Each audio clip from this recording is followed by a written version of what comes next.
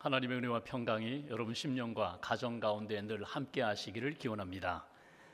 이솝의 우화 가운데 양의 탈을 쓴 늑대라는 이야기가 있습니다. 옛날 늑대 한 마리가 살았습니다. 그 늑대는 늘 생각합니다. 어떻게 하면 쉽게 먹이를 찾아 먹을 수 있을까? 어떻게 하면 쉽게 저 양들을 잡아먹을 수 있을까?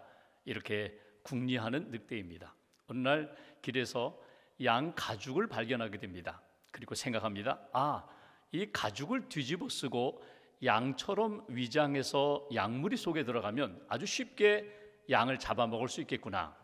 그리고 그가 생각한 대로 양 가죽을 뒤집어 씁니다. 그리고 풀밭에서 평안하게 풀을 뜯어먹고 있는 양들, 그 무리 속으로 들어갑니다. 그리고 저녁이 되자 이제 양 우리로 양들이 쭉 따라가는데 거기에 함께 묻혀서 양 우리로 들어갑니다. 이제 마음 놓고 이 밤에 양들을 다 잡아먹을 수 있는 때가 되었습니다. 그런데 공교롭게도 주인이 목자가 양 우리에 들어오는 것입니다. 그리고 잔치를 위하여 양을 잡아야 되는데 어떤 놈을 잡을까? 어떤 양을 잡을까? 그러다가 저기 괜찮은 양, 그 양을 잡습니다. 그 양이 누구입니까? 그 양이 어떤 양입니까? 양의 탈을 쓴 늑대를 잡은 것입니다. 그리고 해치웠다. 그런 이야기가 이솝의 우화 가운데 나옵니다. 예수님의 산상수훈 마태복음 5장, 6장, 7장 말씀 가운데 7장 12절에 보면은 예수님이 이렇게 말씀하십니다. 너희들 거짓 선지자를 삼가라. 양의 옷을 입고 너희에게 나오는 그들이 있다. 속이는 늑대 이리와 같은 이들이다. 주의하라, 삼가라. 예수님이 그렇게 경계하시면서 말씀을 주십니다. 구약 시대나 예수님 시대나 오늘의 시대나 믿음의 사람들 가운데에는 마치 양의 탈을 쓰고 양의 가죽을 뒤집어 쓰고 이렇게 슬며시 다가와서 잡아먹으려고 하는, 해치려고 하는, 믿음을 흔드는 그런 이단 세력들이 있다는 것입니다. 이단이라고 써붙이지 않아도 믿음을 훼손시키며 공동체를 흔들고 무너뜨리는 그런 믿음 없는 사람들이 믿음의 공동체 안에, 가정 안에, 교회 안에 믿음의 사람들 가운데 들어와서 해치고 무너뜨리는 그런 일들이 적지 않다는 것입니다. 양들은 힘이 없습니다. 그런데 목자가 곁에 있으면, 목자를 따르면 그 양들은 안전합니다. 양들에게 목자가 반드시 필요하듯이 우리 인생에도 목자이신 예수님, 목자이신 하나님이 필요합니다. 목자를 따라서, 음성을 따라서, 그분의 돌보심을 따라서 사는 인생은 양이 목자의 돌봄 가운데 평안함으로 인도함을 받는 것처럼 우리 인생도 목자 되시는 주님이, 목자 되시는 하나님이 우리를 의와 생명의 길로 인도해 주신다는 것입니다. 양은 목자의 음성을 청종합니다. 목자의 음성을 따라서 움직이는 것처럼 우리 인생도 목자 되시는 주님의 말씀을 따라 움직여야 합니다. 양이 목자를 떠나면 위험합니다. 생명의 위기를 만나게 됩니다. 우리도 마찬가지입니다. 주님을 떠나면, 주의 말씀을 떠나면 우리도 위기 가운데 빠질 수밖에 없다는 것이 우리 신앙생활, 우리 인생의 현실입니다. 여러분의 삶을 미혹하는 것은 무엇입니까? 여러분들의 믿음을, 여러분들의 인생의 길을 반듯하게 걸어가는 가운데 여러분들을 유혹하고 흔들고 무너뜨리는 그런 세력은 무엇입니까? 여러분은 그때 미혹을 받을 때, 유혹 가운데, 어려움 가운데 처했을 때 여러분은 그것을 어떻게 이겨나가고 계십니까? 우리가 신명기 말씀을 보고 있습니다. 특별히 신명기 13장의 말씀은 이스라엘 백성들이 가나안 땅에 들어가면 그 땅에 새로운 문물을 만나게 되고 새로운 이방의 문화를 만나게 되는데, 이방신들을 만나게 되는데, 특별히 너희들 가운데 거짓 선지자들이 등장하게 될 것이다. 너희들 가운데 그동안 경험해 보지 못했던 놀라운 사건들, 놀라운 기적들, 놀라운 일들을 만나게 될 것이다. 그때 너희들이 붙들어야 할 것이 무엇인가? 의지해야 할 것이 무엇인가? 따라가야 할 것이 무엇인가? 그것은 곧 주님을 따라가야 된다. 하나님 외에 다른 것 기웃거리지 말아라. 하나님만 붙잡고 그 말씀만 따라가야 된다. 이렇게 주신 말씀이 신명기 13장의 말씀입니다. 오늘 신명기 13장 말씀을 통하여 나는 무엇을 붙잡고 있는가? 나를 흔들고 있는 것, 믿음을 흔들고 가정을 흔들고 내 인생을 흔들고 있는 것은 무엇인가 다시 한번 깨닫고 말씀 붙잡고 믿음으로 승리하는 저와 여러분들 되시기를 주님의 이름으로 기원합니다.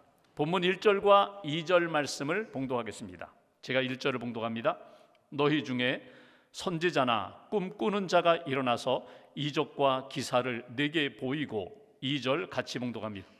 그가 내게 말한 그 이적과 기사가 이루어지고 너희가 알지 못하던 다른 신들을 우리가 따라 섬기자고 말할지라도. 아멘.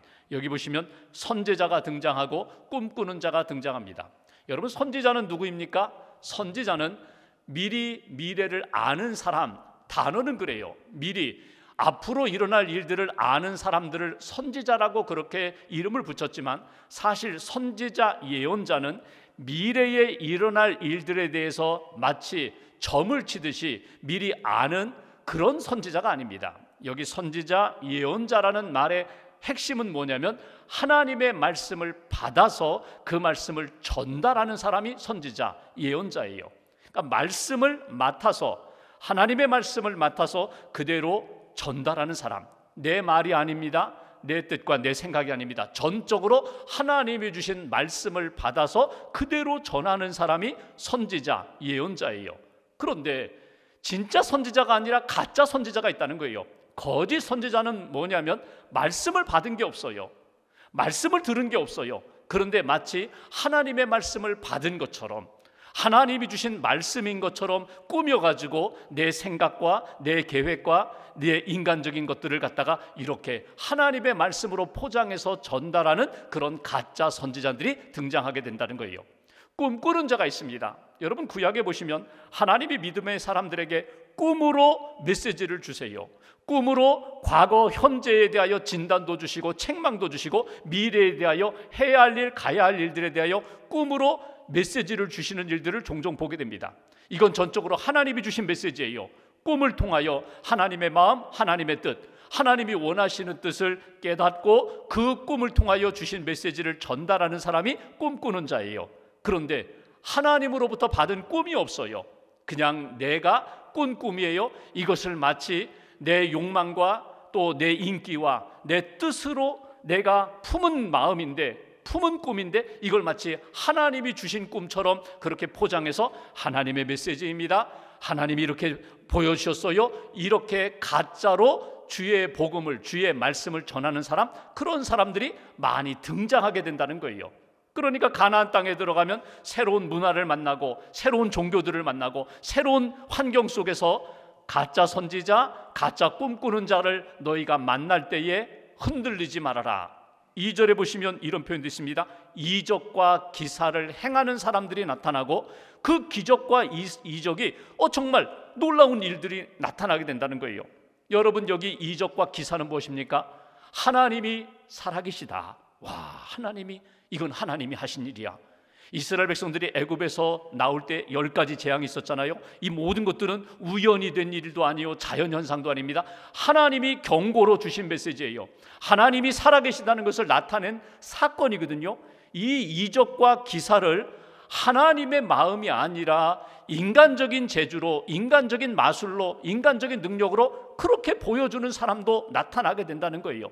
믿음이 흔들릴 때에 사건을 통하여, 기적을 통하여 믿음을 다시 한번 추스리고 다잡고 하나님 앞에 흔들리지 않는 믿음의 사람이 되겠습니다. 이렇게 나가야 되는데 눈에 보이는 놀라운 일들, 사건들, 세상의 모든 놀라운 일들을 바라보면서 하나님 앞에 나아가지 않고 주님 생각하지 않고 세상 생각하고 인간 생각하고 나를 생각하는 그런 일들이 일어나게 된다. 너희가 가나안 땅에 들어가면 그런 일이 있을 거야. 이렇게 예고하며 경고하시는 메시지예요. 여러분, 나를 포함해서 사람들이 왜 이렇게 선지자, 거짓 선지자, 꿈꾸는 자, 거짓으로 현혹시키는 사람들, 놀라운 일들을 보여주며 들려주며 이거 따라가자고 그렇게 나를 유혹할 때 내가 왜 흔들릴까? 이거 분명히 가짜 같은데, 이건 하나님의 메시지가 아닌데, 이건 인간적인 세상적인 그런 보이는 것이고 들리는 것인데 왜 내가 자꾸 흔들릴까요? 뻔히 알면서. 두 가지 때문에 그렇습니다. 첫째는 나 중심에 사로잡히면, 자기 중심에 빠지면요, 잘 분별력을 잃어버리게 돼요. 보이지 않아요. 들리지 않아요. 예를 들면 제가 몸이 너무 아파요. 아파가지고 누구를 찾아가면, 무슨 약을 먹으면, 어떤 선생님을 만나고 어느 병원에 가면 고침받을 수 있을까? 그런데 사람들이 여기 와서 기도받으라고, 이 사람이 능력이 있다고, 그러면 내가 먼저 분별해야 되는데, 이게 하나님의 기뻐하시는 뜻인가? 그분이 하나님의 사람인가? 먼저 분별해야 되는데, 내가 아프니까 나 중심적으로 무조건 찾아가서 나으면 되지 뭐. 영적인 분별력을 잃어버리고 나 중심에 사로잡힐 때 나도 모르게 미혹의 영에 사로잡히게 된다는 거예요. 또 하나, 호기심입니다.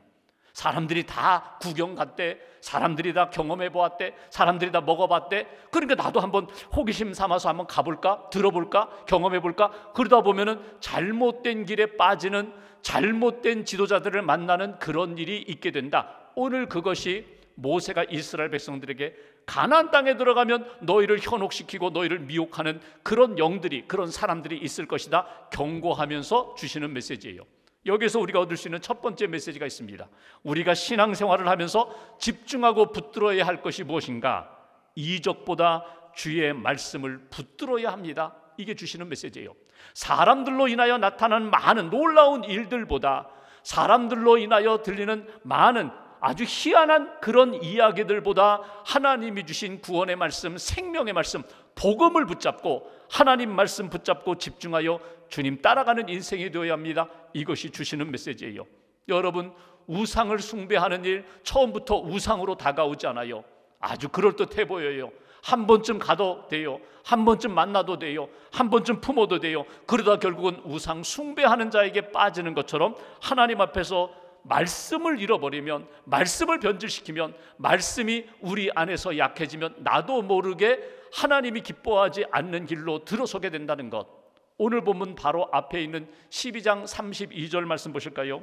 제가 봉독합니다. 내가 너희에게 명령하는 이 모든 말을 너희는 지켜 행하고 그것에 그 명령 말씀에 가감하지 말지니라. 이렇게 말씀하세요. 가감이 뭐예요?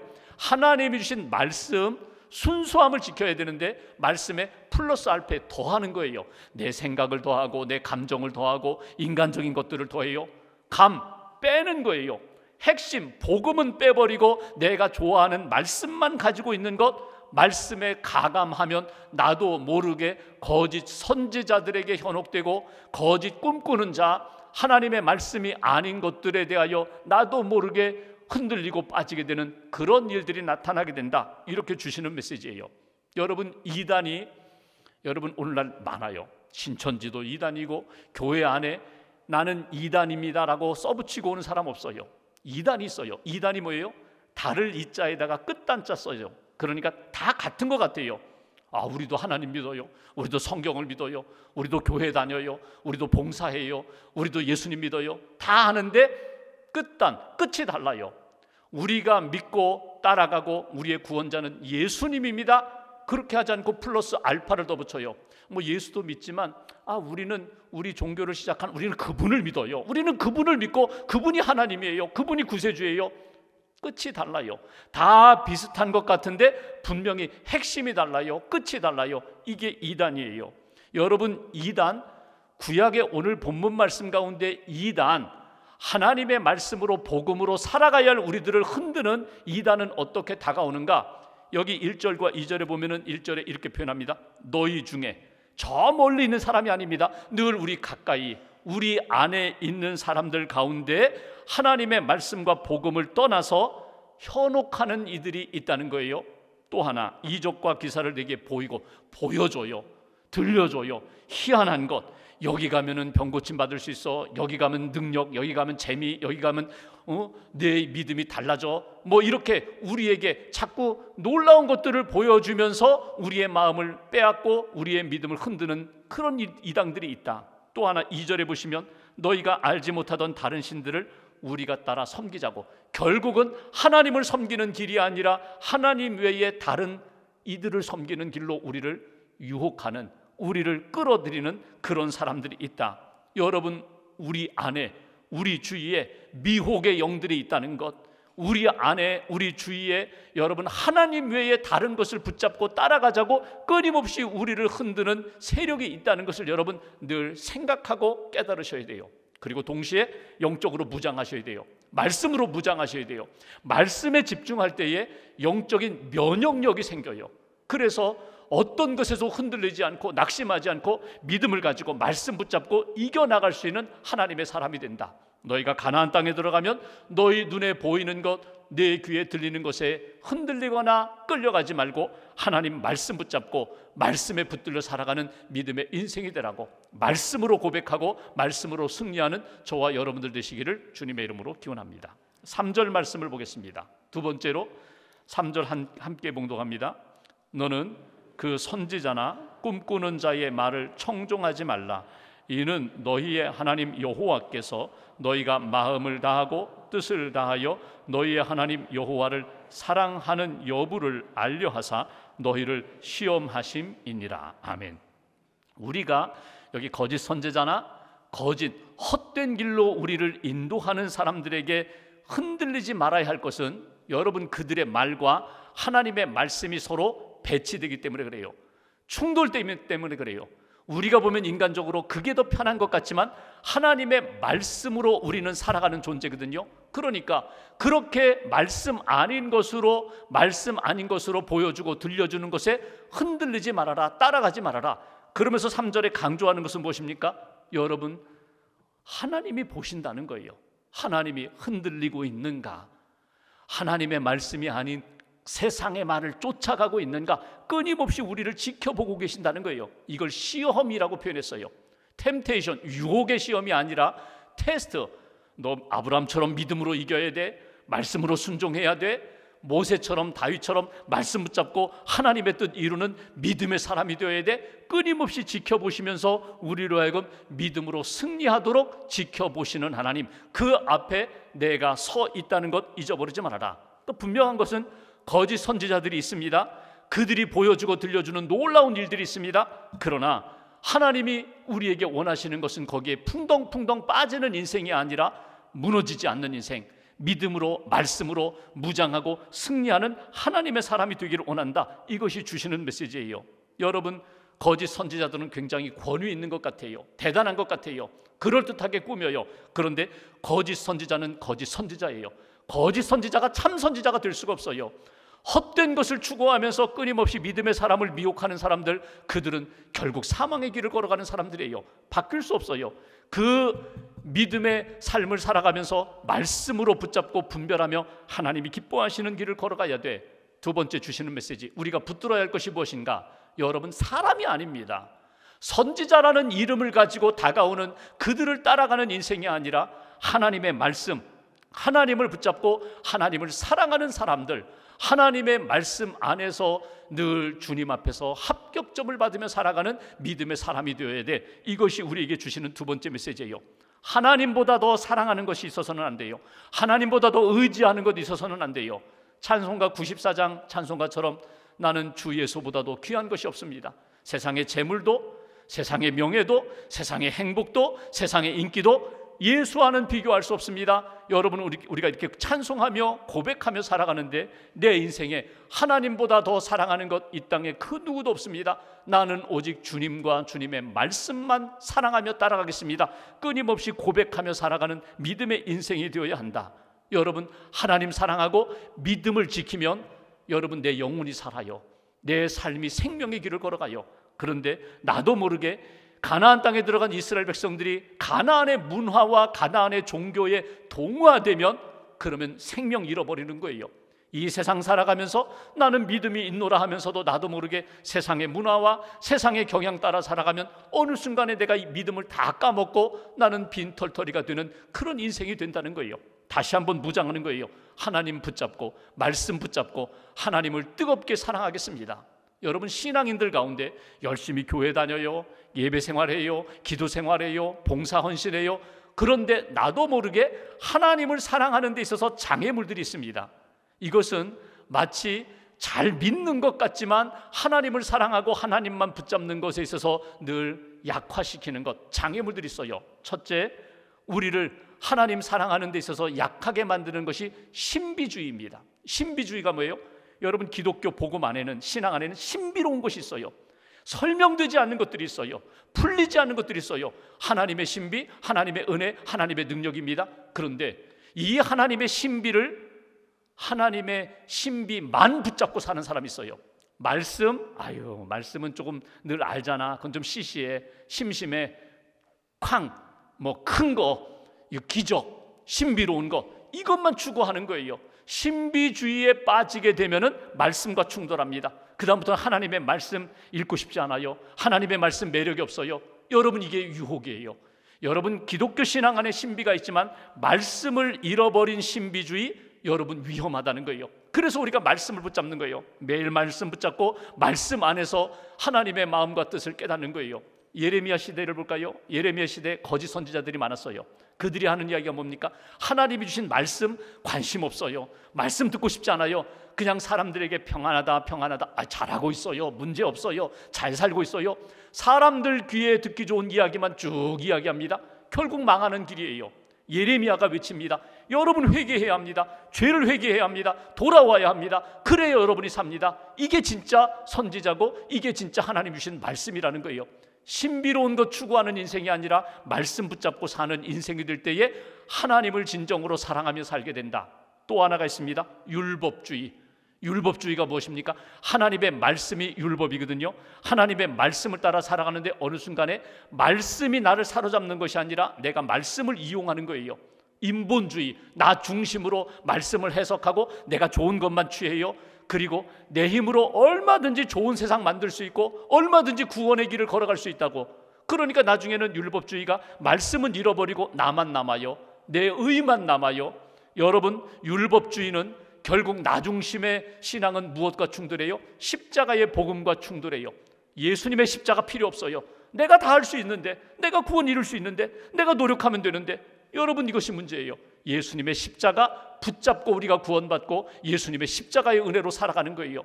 그러니까 하나님 사랑하는 것은요, 말씀을 붙잡아야 되고요, 예수님 붙잡아야 돼요. 말씀 잃어버리고 예수님 잃어버리고 십자가 잃어버리면 우리가 하나님을 사랑하고 싶어도 사랑하지 못해요. 하나님의 사랑을 경험하지 못해요. 또 하나, 금욕주의. 철저하게 금욕 생활을 합니다. 그리고 자랑해요. 그리고 다른 사람 비판해요. 정죄해요. 그리고 성령의 역사하심은 무시해요. 금욕주의와 성령의 역사는 충돌합니다. 그러면 우리가 무엇을 붙잡아야 돼요? 내가 나를 의롭게 하고 내가 거룩해 만들고 내가 잘하고가 아니라 성령님의 도우심을 따라서 주님을 기쁘시게 하고 주님의 뜻에 순종하는 것, 그러면서 하나님을 사랑하는 것, 이것이 오늘 믿음의 사람들이 하나님 말씀 붙잡고 하나님을 사랑하며 걸어가는 길이다.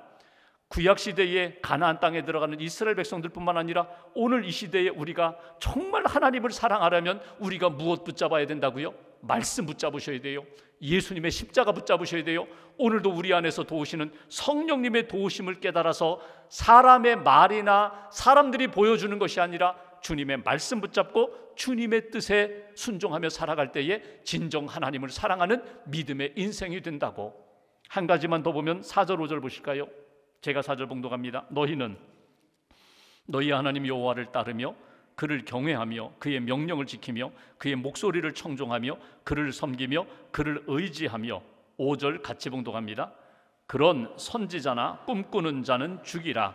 이는 그가 너희에게 너희를 애굽 땅에서 인도하여 내시며 종되었던 집에서 속량하신 너희의 하나님 여호와를 배반하게 하려 하며 너희의 하나님 여호와께서 내게 행하라 명령하신 도에서 너를 꿰어내려고 말하였음이라. 너는 이같이 하여 너희 중에서 악을 제할지니라. 아멘. 4절에 보면 계속 반복된 말씀이 있어요. 너희 하나님이 너에게 주신 명령, 말씀, 목소리 청종하라는 거예요. 말씀에 귀를 기울이라는 거예요. 말씀을 따라가라는 거예요.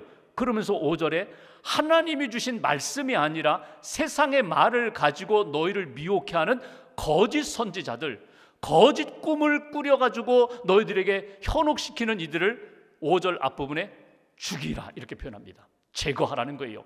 5절 끝부분에 뭐라고 표현합니까? 악을 제할지니라. 하나님의 마음이 아니라, 하나님의 선하심이 아니라, 하나님의 구원하심이 아니라 인간적으로 도모하는 모든 것들, 그 모든 악을 제하여 버리라. 제한다는 말이 원문으로 하면 불태워버리라는 거예요. 흔적도 남기지 말라는 것. 너희 마음 가운데 혹이라도 보일까 들리게 하는 마음조차 생기지 않도록 모든 것들을 제거해 버려라. 이것이 주시는 메시지예요. 여러분, 분명히 나는 말씀으로 순종하고 하나님을 사랑했는데 또다시 내 마음 가운데 정욕이 일어나요. 그리고 하나님의 말씀을 듣고 하나님 말씀 따라가기보다는 자꾸 사람들의 소리가 들려요. 세상의 소리가 들려요. 그래서 내 마음이 흔들리고 갈팡질팡해요. 오늘 여기 주시는 메시지가 무엇입니까? 분명히 사람의 소리가 아니다. 사람들의 꾸며낸 말이 아니다. 하나님의 말씀 붙잡고 하나님 따라가는 거야. 주님 말씀 붙잡고 믿음의 삶을 살아가는 거야. 6절 이하에 보면은 사랑하는 가족들, 가까이 있는 사람들조차도 너희의 믿음을 흔들 때가 있다. 어떻게 하라고요? 단호하라는 거예요. 가족들 사랑하고 이웃 사랑하지만 나는 하나님을 사랑합니다. 나는 말씀을 따라서 이 믿음의 길을 걷겠습니다. 단호하게 믿음으로 결정하라. 세 번째 우리에게 주시는 메시지, 우리가 신앙생활하며 꼭 붙잡고 따라가야 할, 청종, 듣고 따라가야 할 일이 무엇인가? 사람들의 말이 아니라 사람들보다 우리는 주님의 명령, 주님의 말씀, 복음을 붙잡고 따라가는 그런 인생이 되겠습니다. 이것이 우리에게 주시는 메시지예요. 그러니까 여러분, 이단은 있어요. 분명히 기독교 복음을 가장한 이단들에 대해서는 경계하고 척결하고, 또 내 마음 가운데 인정에 끌려가지고 자꾸 믿음의 길이 아니라 말씀의 길이 아니라 사람의 길로 기울어지는 이 모든 것들에 대해서는 깨어나서 하나님이 기뻐하시는 말씀을 따라가는 인생이 되어야 한다. 여러분, 예배 시간은 어떤 시간입니까? 다시 한번 정비하는 시간이에요. 내가 사람을 좋게 하랴, 하나님을 좋게 하랴. 바울이 그랬잖아요. 나는 하나님이 기뻐하시는 일이라면 나는 그 길 붙잡겠습니다. 내가 넓은 길, 편한 길, 세상의 길을 걸어가랴, 내가 좁은 길, 생명의 길을 걸어가랴, 나는 좁은 길, 생명의 길을 걷겠습니다. 다짐하고 다시금 결단하고 믿음으로 하나님 앞에서 한 걸음 한 걸음 더 가까이 나가는 시간이 바로 예배 시간입니다. 폴린 클라인스가 지은 가면현상이라는 책이 있어요. 가면현상이라는 책에 보면은 어떤 이야기를 하는가 하면, 사회적으로 존경받고 인정받는, 승리하는, 나름대로 성공했다는 사람들이 가면을 쓰고 산다는 거예요. 그러니까 10명 중 7명은, 현대인들은 다 가면을 쓰고 있다는 거예요. 이 가면은 어떤 가면인가 하면, 내가 이런 사람인 것처럼 착각해요. 실제로는 나 그런 사람 아니에요. 사람들에게 보이려고 가면을 쓰고 없으면서도 있는 것처럼, 모르면서도 아는 것처럼, 되지 못했어도 된 것처럼 그렇게 살아가니까 가짜 인생을 살아가는 거예요. 그러면서 또 한편에는 불안한 거예요. 두려운 거예요. 왜냐? 언젠가는 진실은 밝혀질 텐데, 언젠가는 가면이 벗겨지면 나의 그 추한 모습, 부족한 것들이 다 세상에 드러나게 될 텐데, 이게 두려운 거예요. 그러니까 내가 된 것처럼 착각하고 망상 가운데 살면서 동시에 불안과 두려움에 살아가는 것이 현대인들의 모습이다. 이게 가면 현상 또는 가면 신드롬, 가면 증후군이라고 해요. 여러분, 우리가 하나님 앞에서 아무리 가면을 쓰고 아무리 탈을 쓰고 아무리 인간적인 것, 세상적인 것 뒤집어 써도요, 하나님은 다 하세요. 우리의 속을 다 하세요. 우리의 진실을 다 하세요. 그래서 우리가 예배할 때마다 꼭 기억할 것은 하나님 앞에 내려놓으시라는 거예요. 하나님 앞에 가면을 벗어내려시라는 거예요. 하나님, 제가 이래요. 지난 주간에 제 몸에, 마음에, 영혼에 상처투성이입니다. 허물투성이입니다. 죄도 많습니다. 주님 앞에 진실함으로 고백할 때 주님이 거룩하게 씻어주시고 하나님의 사람으로 다시금 세워주신다. 우리 안에 있는 가면을 벗고 하나님 앞에 진실하게 설 때에 하나님의 사랑도 경험하고 성령님의 도우심도 경험하게 되고 말씀으로 새롭게 변화시켜 주시는 은혜를 만나게 된다. D.L. 무디 목사님이 이런 이야기를 합니다. 가장 큰 유혹은 종교적 가면을 쓰고 등장하는 사람들이다. 거룩하게, 제가 목사입니다, 제가 장로입니다, 그러니 제 말 들으십시오. 맞아요. 목사님, 장로님, 훌륭한 믿음의 선배님들 맞아요. 그런데 이야기를 들어보니까 가짜예요. 하나님의 말씀이 아니라 인간적인 말이에요. 이게 큰 유혹이 된다는 거예요. 분별력이 필요해요. 영적인 분별력이 필요해요. 그리고 하나님의 말씀을 찾아서 성령님의 도우심을 붙잡고 믿음의 길을 걸어가는 하나님의 사람이 되어야 한다. 마틴 루터가 종교개혁을 했어요. 참 힘들었습니다. 사람들의 말을 따라갔다면요, 종교개혁, 하나님이 기뻐하시는 오직 믿음으로 구원받습니다. 은혜로 구원받습니다. 우리 모두는 다 하나님 앞에서 거룩한 제사장입니다. 하나님 앞에 예수님의 이름으로 나아가면 구원받고 예수님의 이름으로 기도할 수 있습니다. 종교개혁 이루지 못했을 거예요. 말씀, 오직 말씀으로, 오직 믿음으로 하나님 붙잡고 나아갈 때에 하나님이 루터를 통하여 새 역사를 만드신 것처럼 오늘 나를 통하여 이루어 가시는 하나님의 놀라운 역사를 체험하시라는 거예요. 오늘 적용은 딱 한 가지만 하시면 좋겠어요. 기도하시면서 하나님, 제 가면을 벗게 해주세요. 하나님, 제가 진짜인지 가짜인지 알게 해주세요. 그리고 진짜 하나님이 기뻐하시는 사람으로 살게 해주세요. 다른 사람들, 저 사람 가면 썼다, 저 사람 가짜다, 다른 사람 비판하고 판단하기 전에 나 자신이 하나님 앞에 진실함으로 서서 하나님의 은혜와 말씀 가운데 살아가는 인생 되게 해달라고 다시 한번 다짐하시면서 하나님의 은혜로, 하나님의 말씀으로, 믿음으로 승리하는 저와 여러분들 되시기를 주님의 이름으로 기원합니다. 기도하겠습니다.